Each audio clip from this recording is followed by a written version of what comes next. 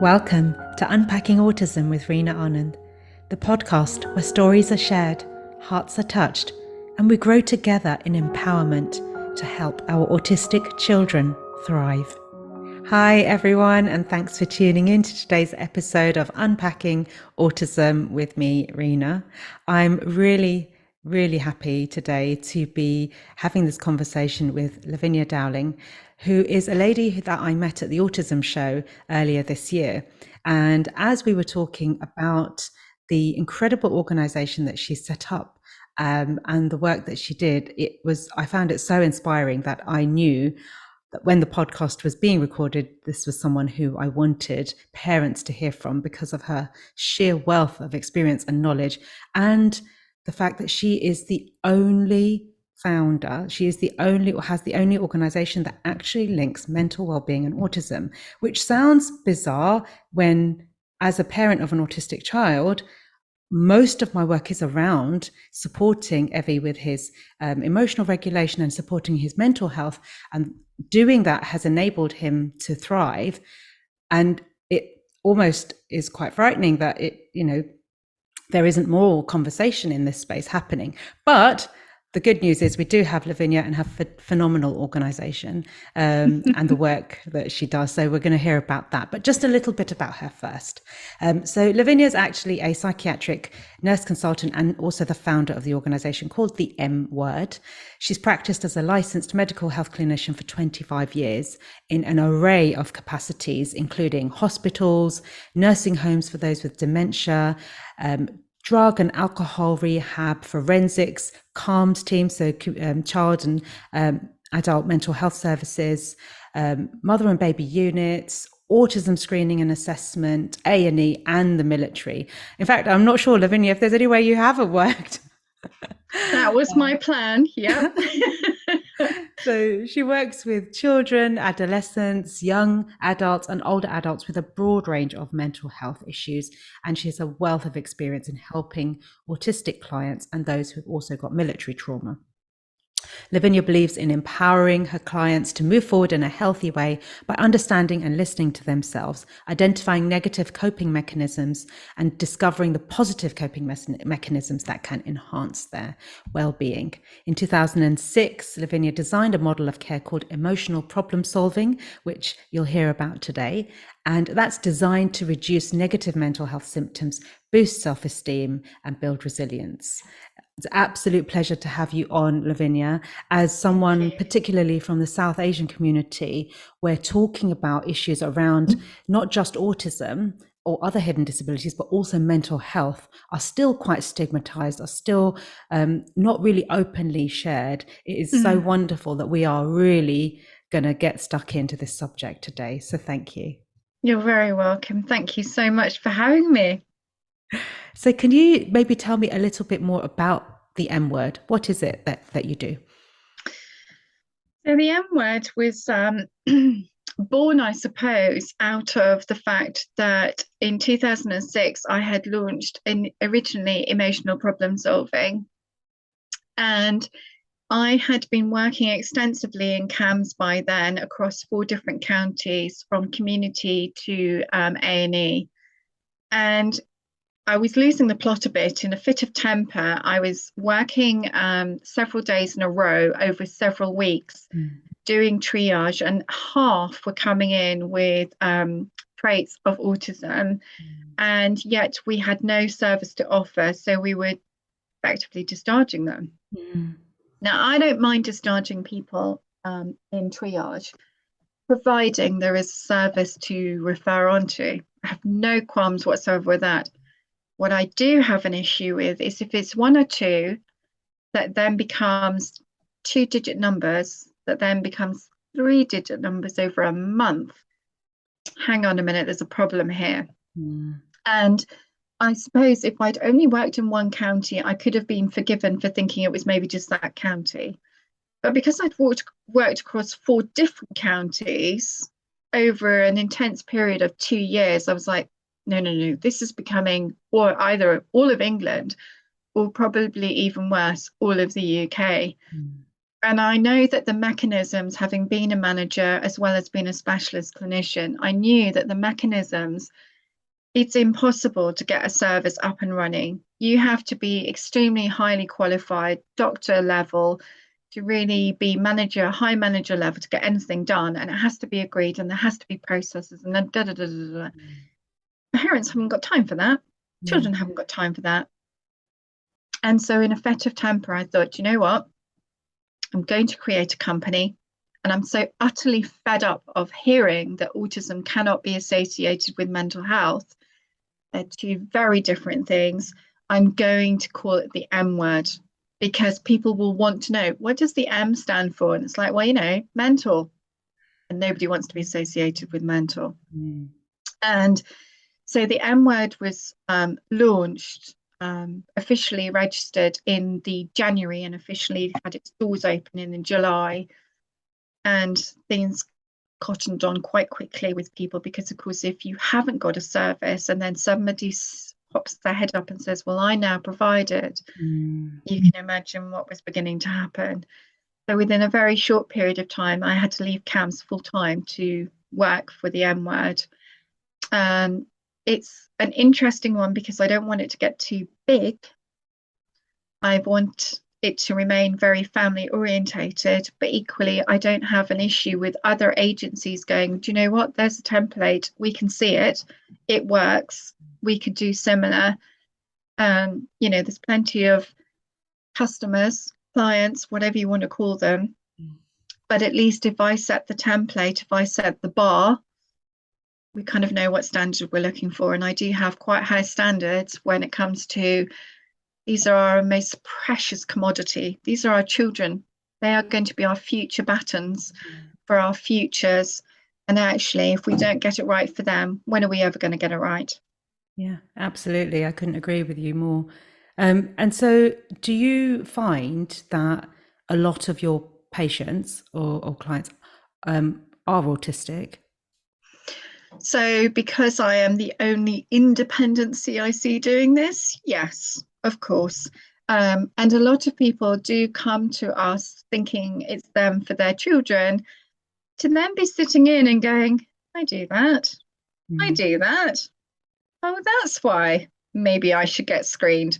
So we invariably have a lot of parents who also then say, are you able to screen for me as well? And it's much easier to do it from that as well, because obviously we've already done a lot of the history taking. But yes, certainly most of our caseload is thinking about autism and mental health rather than just mental health issues. Yeah. So people will come to you for an assessment, obtain that, but then also have follow-up therapy. So what's interesting is that once people know that there is a service that does exist, so forging the link between mental health and autism, sometimes what you'll find is that we will have people who already have a formal diagnosis of, say, for example, autism or ADHD, but because the mental health issues are still present and not reducing, invariably they come to us because they're like, something's still not right. We don't know what it is. Can you help us? And what we find more often than not is that they have something else that's missed. There is this common belief that there is autism or ADHD in the same way that there is anxiety or low mood, when the reality is that people generally have a blend of autism and ADHD, anxiety and low mood. Yes, absolutely. And I remember reading some statistics around, something that was published by Autistica, 7 out of 10 autistic adults experience anxiety in the clinical sense. It's what is it about autism that kind of means that there's often that comes hand in hand with anxiety? Yeah. So the intriguing thing about autism is that we felt we knew a lot about autism a century ago. We still feel we know a lot more, but we have indeed learned a lot more, but we're still evolving with that understanding. One of the biggest things that we still cannot get our head around with autism is that if you put an autistic person in the wrong environment, they are naturally going to have anxiety. And it's this, I don't really understand why professionals don't really consider this, particularly mental health professionals, because in CAMS, there's a very clear message. If it's autism and you've got anxiety in school, it's the school's problem.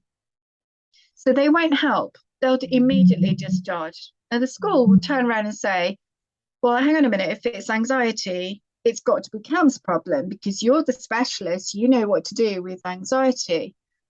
CAMS will immediately come back and go, no, it's your problem, it's your environment, you need to sort it.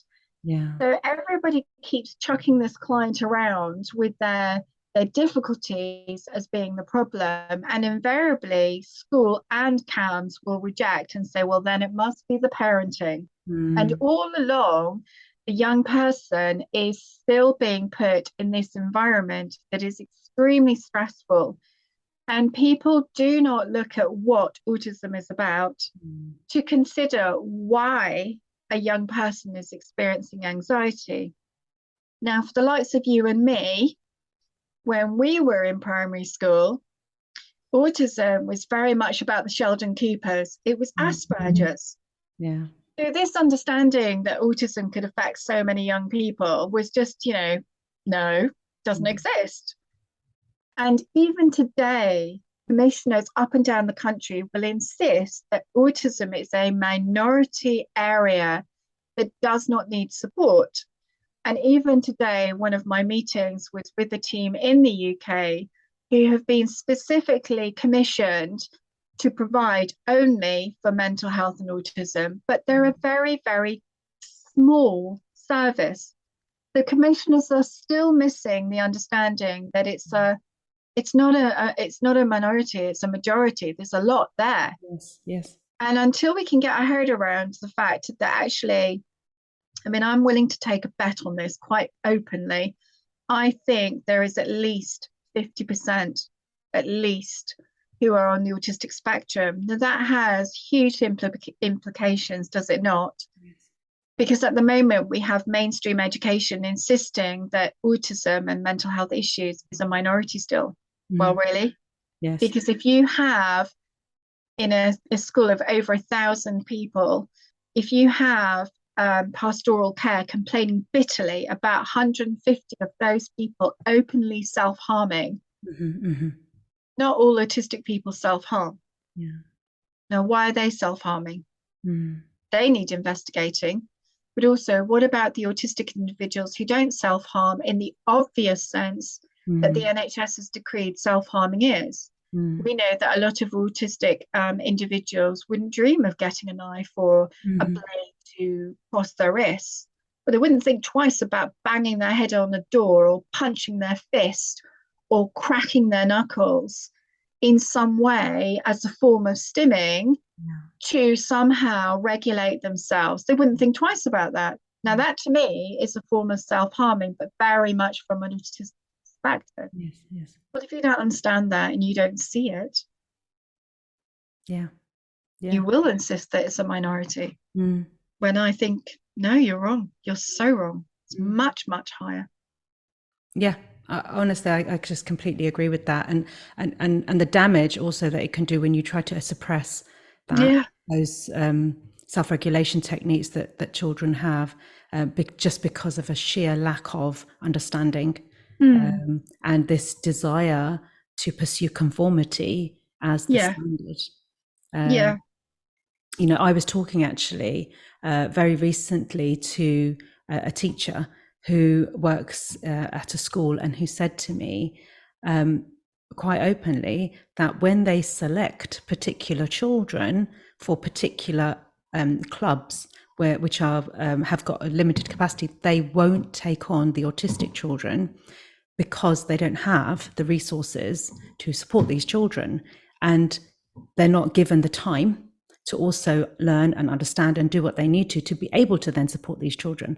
So, and if that's one teacher, who knows how many other schools around the country are also fighting, because all of this often there is an element of as you've mentioned, the importance that it's given. And if it's not given that importance, or whether from a health or an education or another sector, then it's not going to get the funding, it's not going to get the attention. And ultimately, it's the children who aren't given the opportunity to just authentically be themselves in spaces, or to have places highly shut off for them. Yeah, which will only reiterate to them, well, there's something wrong with me. There's something wrong with me, and I'm not good enough to be included. I'm not able to do these things. I'm stupid, or I'm dumb, or there is definitely people don't like me because of all these ways of excluding and not including. And it does worry me that society will insist, we shouldn't be including everybody. We should be able to have the race. We should be able to have first, second, and third. But hang on a minute. If you are purposely setting children up to fail, I'm holding you accountable for their mental ill health for the duration of their life. And actually, why would you do that? They are our most precious commodity. Why on earth would you set up a young child to fail for the rest of their life, feeling a failure? And that's not even fair. Right. Yeah, it's not even fair, because it's hardly a level playing field if you're excluding. If you're saying, well, it's equality for everybody to have, to start at the same point on the starting line. Well, actually, it's not, because if you really want to create a level playing field, then you need to acknowledge where that person and that child is, and support them on that journey. Then you can say it's equitable. But I think it's lazy to just have a one-size-fits-all approach. I just wanted to talk a little bit about the anxiety element, because I think there's probably still a lot of misunderstanding and myths around anxiety. So it'd be really helpful to hear from you, for parents especially who are listening in, what is the difference between anxiety and just being worried about something, or is there a way to self-identify if you have anxiety, and if so, kind of what is that, but also to spot those signs in our children? Okay, so when we're thinking about the NHS model, invariably we have people come to us who experience anxiety and or low mood over a significant period of time. So they will use the word chronic. Chronic is effectively long time. And what you're looking at is, it's not just a once a week or equivalent of a light switch, it's there when you switch it on and off. It's something that's persistent. It's something that really impacts upon you, where it's beginning to stop you having enjoyment. It's beginning to affect your sleep or your appetite in some way. When you come to the M word, this is one of my interesting areas that I delight in, because anxiety is a very interesting one. I used to be terrified of it, the laugh of it, but then I learned that I was experiencing my own anxieties. And once you learn about something, you realize you don't need to be quite so intimidated and overwhelmed by it. But we all have fight or flight within us, our gut reactions. And so what I want you to consider as a parent, if you're listening in, is that, you know what that feels like. But imagine if you were having that on every day, all the time. It never switched off.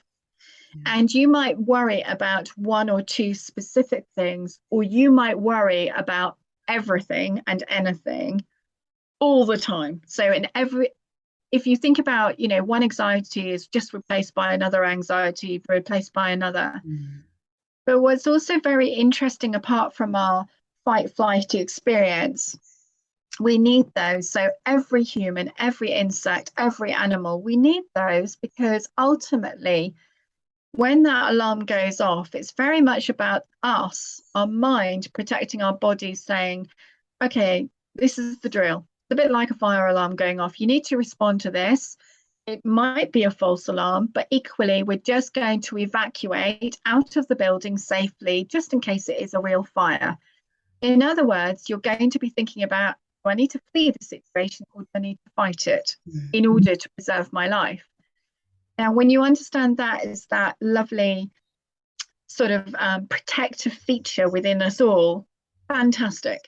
However, when you have chronic anxiety, and there are different types of anxiety over and above the fight or flight, you need to really understand what kind of anxiety is it. So, for example, some people think they're going to die every day, all the time, and the slightest twinge, the slightest pain, that's all they ever worry about. And they have the biggest encyclopedia going. They're generally going to the doctors all the time with the latest, I think I've got this. But equally, you can have somebody who experiences panic disorder, which is a bit more rare, where you are constantly nervous. You are always uneasy because you just don't know what to expect. And because you don't know what to expect, you're worrying that you're going to have another set of panic attacks. And panic attacks are really quite distressing because you think you're having a heart attack. Right. And of course, that's a preserved life thing, isn't it? Yes. If your heart goes, you're done for, really. But it's the body's way of imitating, look, this is really serious. I'm not coping very well with this. And you need to do something. And what we tend to do with panic disorders, we then turn to restrict ourselves so chronically that we stop going out. We might not leave the house. Yeah. We might stop having showers. We might stop eating a certain food. We might stop going out doing our shopping. We might stop telephoning or answering the telephone. So you can see how it really begins to impact you. And it's over a significant period of time that you can monitor it and go, well, this isn't normal. This isn't just a one-off. This is really, really significantly impacting on our mood. Wow. Does that help? Yeah, absolutely. And what you've just described in terms of kind of how anxiety might manifest, how panic attacks might come about, is that all possible for children too? Oh my goodness, absolutely. So, children generally are very nervous. If you were thinking about generalized anxiety, which again, everybody has generalized anxiety in the same way they have low mood. But if you think about how that can deteriorate quite quickly, so for example, if you have a baby who's having its first experiencing of being left with somebody else outside of their family who they don't know, that causes immediate anxiety for most babies. Who are you? You're not my mother. I need my mum, or at least somebody I recognize. But after a while, they will grow accustomed and begin to recognize and settle. But there are some children who don't cope very well with that transition. And then it becomes more pronounced when they start going to nursery because they know the routine is going to happen and they can't cope with it. So you'll often have children in some distress being left, or some distress when they are being picked up again, and really struggling with the idea of being left surrounded by people they're not familiar with. Even when they become familiar of the environment, they're still not settling. So you can see how from the baby stage, to the sort of toddler stage, how that anxiety is slowly but surely building momentum and it's becoming more embedded. By the time the toddler gets to primary school, you know what I'm going to tell you, it's going to be infinitely worse, more dramatic in features. So you might have a child really crying, tearful, refusing to go into school on their own, refusing to conform, to go into a line, to queue up, to go into the classrooms, really struggling, breaking down in tears. Now, I'm trying to portray a very extreme edging, but if you've got any whiff of any of that, it's something to be concerned about, because what you're seeing is a pattern evolving that isn't getting better, it's getting worse. So a lot of parents are put under a considerable amount of pressure because, school professionals will say, you just need to leave your child. They will get used to it. When in actual fact, you know the life history of your child already. If you've got a whiff of any of those steps, those processes, they're not going to settle it. They're not going to get used to it. Yeah. If anything, from what your experience has been, it's going to get dramatically worse. So all of this is really good evidence that as a parent, you can then say, actually, I need to do something more swiftly about this because I know it's going to get worse, not better. Yeah. And would you say, because I often hear from parents from the workshops that I run that, they're with their autistic children, they won't want to go to school. And it's especially difficult after a long period off school. Yeah. So, a lot of children really struggled post-pandemic as well, being reintegrated back into that school routine. So would it be right to say that if you have an autistic child and you're seeing these sorts of demand avoidant behaviors, that perhaps not to just attribute that to the autism, but actually acknowledge that there is a mental health need there that needs nurturing? Does that sound fair? Yeah, I mean, the interesting thing about the COVID pandemic is that, it happens once in a blue moon or once a century, as some people would say. But the COVID pandemic lockdown was a really interesting one for a lot of people. And I know a lot of professionals blame the pandemic lockdown as well. Of course, children have got used to being at home. But here's the thing. These lockdowns allowed parents to see what their children were coping with or struggling with. So no longer could be shut down by school professionals saying, oh, yes, they're fine. Because parents could see they're not fine. They're not coping with the level of work. Actually, they're really behind what's going on here. And the other thing that was really a bit of a lifesaver for a lot of autistic children was the fact that they suddenly had respite. They were no longer having to get up early. They were no longer having to go to school. They were no longer having to conform to several demands and several experiences of sensory issues. They were no longer under duress to process in a very short turnaround of time. So again, parents were seeing all of this. My children seem to be infinitely happier. We're not having so many meltdowns coming home from school. My goodness, it's so much easier. Why is that? But the lockdown, amazingly allowed and afforded parents a lot of opportunity to understand their children from an educational perspective. And the respite is formidable for those young people. But of course, when lockdown finishes and you come back, there is this bang. There is this acknowledgement something's really not right. But at least parents had a fighting opportunity to say, well, I know a bit more now and I'm not having this. Yeah. But I think professionals were very quick to turn it around and say, well, of course, they've got used to being at home, believing that home is, the answer. And when in actual fact, no, what it afforded us was a very luxurious position in dire straits to actually see what was going wrong. Yeah, yeah. And on that theme of the conflict that sometimes parents feel, in particular, I've spoken to many autism parents who have felt that they have no choice but to send their child in, their child who is visibly distressed at going to school, because there is a threat of some sort of consequence against the parents if they don't send their children in. And parents are perhaps, exploring other methods to get their child into school, and without looking, without both the education professionals as well as the parents seeing the bigger picture on the child's mental health. So, for example, there may be parents who will consider medicating their child in order to get them into this environment.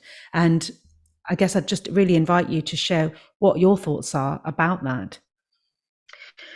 So we were talking very briefly about this beforehand, and it has amazed me how often I see and read across social media many parents feeling obligated to frantically find a way of getting their child in to school to the point that they will force their children, and I do mean force, they will force their children to take medication. Now, I want to get parents to really sit back and just think about the bigger picture here, because in that snapshot, forcing your child to take medication is actually against their will quite often. And whilst children feel obligated to do as their parents tell them to do, perhaps you need to think of it from a different perspective. Why would you force your child to take medication so that they will enter a toxic environment, so that they will conform to an environment that doesn't suit them, and that they will do some work that is wanted all by adults, not by a child? Why would you subject your child? Or to put it a better way, perhaps, because it's always better when we aim it at ourselves. How would you feel if you had no rights and you were told you had to take medication or face the consequences, and then be forced to go to work in an environment you absolutely hated, and be told to be threatened with sanctions, of punishments, of extra homework, no break time? How would you feel in a workplace environment if that was given to you? You wouldn't tolerate it. In fact, you wouldn't stand for it. In fact, you'd probably call the unison rep and go, you need to do something about this. Well, why is it suddenly okay for us to do that to our children when they're so precious? We actually override their rights. We don't even protect their rights. We insist that they must conform in a horrible environment that we perhaps even have experiences from our own childhood of hating school, but feeling terribly obligated that our child must go to school, when in actual fact, all you're doing is sealing, and I do mean this very seriously, you are sealing your child's fate to mental ill health for the rest of their adult life. Is that what you signed up for when you decided you wanted a baby? I bet you every parent would be saying, no, I didn't sign up for this. Yeah. And I think, I think it's going to be really painful, I think, for a lot of parents to hear that. But I think it's really important that it's said as well. And I know from a lot of parents I meet, there's a real desperation. That they don't feel, and it's, they're not getting the support they need, whether it's from health or education services. Things start, then they stop. They might be on a waiting list for so many years for some sort of treatment. The child may have an EHCP, but actually the terms of it aren't being fulfilled. It's one kind of hurdle after another. It's very rare that I meet.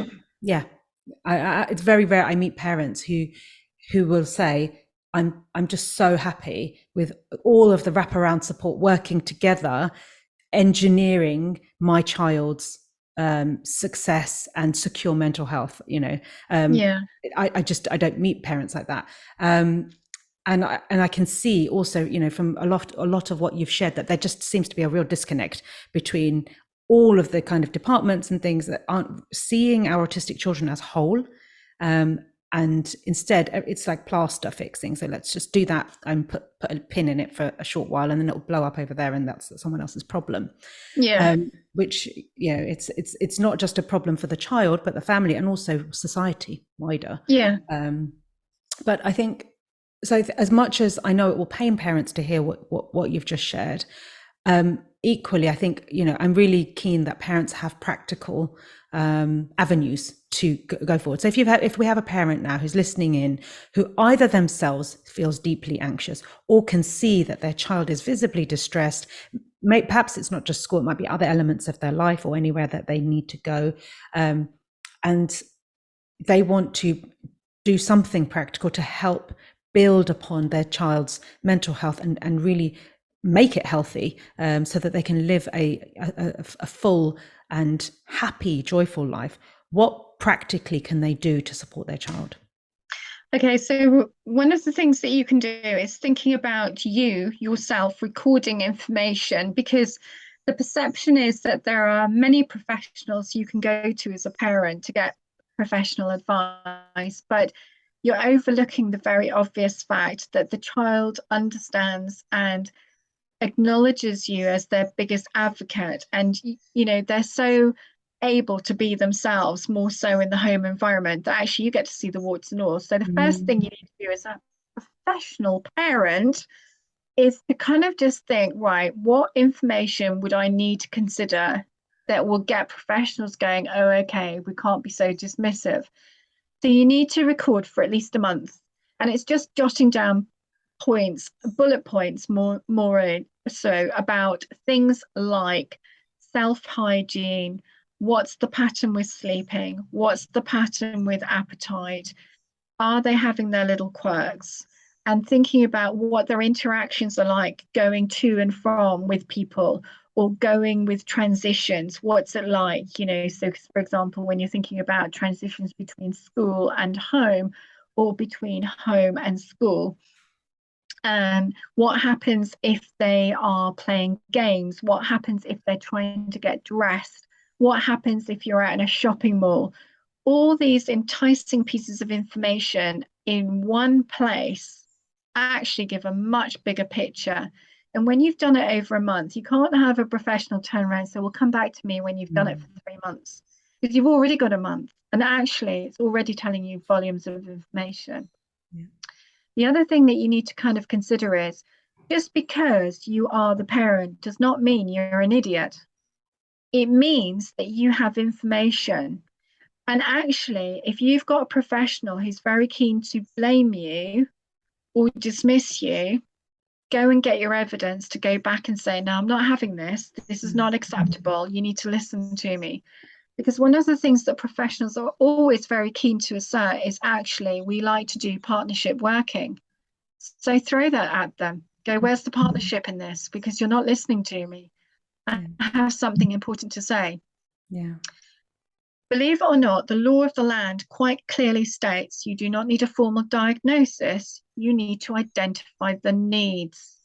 So, you savvy parents who spent that month being very busy recording information, that's what we're alluding to.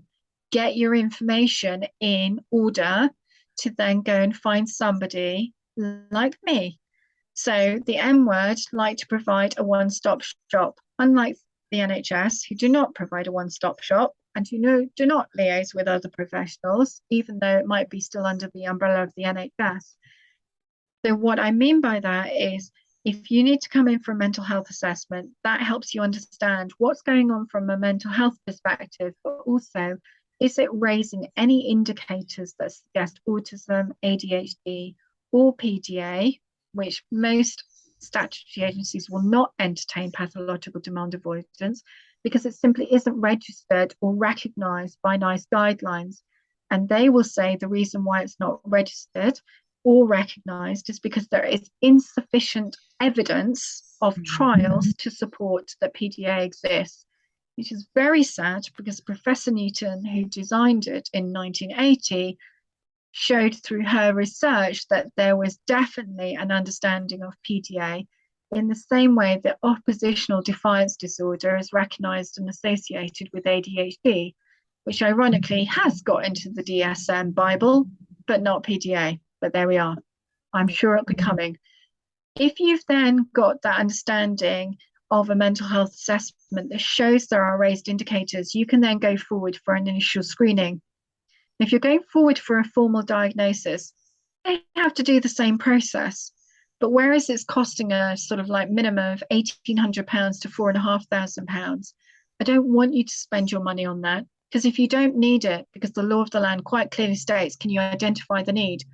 Why would I ask you to spend more money than you don't have? So what I want to then do is be able to show evidence of what have we seen. In other words, what's going on mental health wise with anxiety and low mood, what's going on with autism, potentially ADHD and PDA.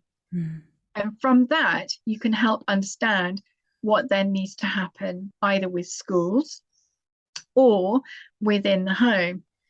Now, a lot of parents are sent on parenting courses because, like I said earlier, schools and CAMS like to come flab together and say it's not our problem, it's the parent that's the problem.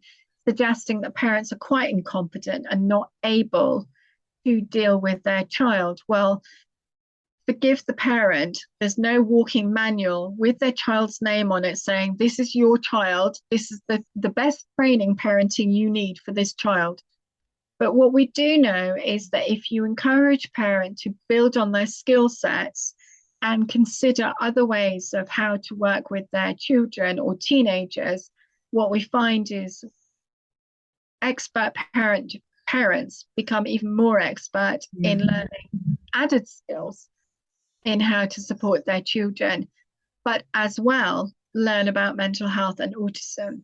Yeah. So it's a very powerful therapy because it's helping us all learn about this child's presentation of not only mental health, but also autism. And that's quite crucial. And invariably, parents then say, do you know what, sign me up. I want to be screened. I want to know how to look after myself. And you can see how that goes on. But we also offer training for professionals because they need to understand. There is so little understanding within schools and not much better within health. So when you've done all of that, you should also consider heavily networking. So the power of networking is quite phenomenal. If you think about in the 1970s and 80s in America, ADHD grew from several groups to over 100 groups that in the end, the government had to formally recognize ADHD being for children and adults. That's some impressive networking, isn't it? So if we all collaborate with our networking, in other words, we all share our stories, we all see what's similar, what's different, what's familiar, what works, what doesn't work, then we have the power between us to begin to help focus researchers, academics, clinicians about what do we really need to be thinking about from what they call grassroots levels, what you and I call our home. Yeah, thank you so much. That is brilliant. And so for any parents who are interested in exploring this subject for themselves or their child, what's the best way to contact the M Word? Oh, okay. Well, we have a very active Facebook group called the M Word Community Group. You're very welcome to do that. Or you can find us, our website is www.the-m for mental -word cic.co.uk, or simply email us on info@the-m-word cic.co.uk. Thank you. And I'll put links to the Facebook group and the website on the podcast page as well for anyone listening in that didn't quite catch it. Lavinia, honestly, I feel like we barely scratched the surface. I think we could talk forever. We could do a whole episode on PDA, on ADHD. I think we'll have to call this a part one. But I'm so grateful for you to, give up your time to have this conversation. And I really hope that the parents listening in feel a bit more comfortable as well in acknowledging that actually their child isn't just being awkward or just difficult or demand avoidant. Actually, if we accept that all behavior is a form of communication, then that allows us to see that, okay, perhaps our child needs some help with something. And, having met you personally and spoken to you, I know that the work you do is so hugely valuable. And I'm so grateful that our paths crossed that day and that today you've been able to share a bit of what you do and why it's so important on the podcast. So thank you very much. You're welcome. Thank you. You've been listening to Unpacking Autism with Reena Anand. Podcast artwork by Creative Stripes, editing by Adam Jones Lloyd, and music by autistic musician Paul McGowan.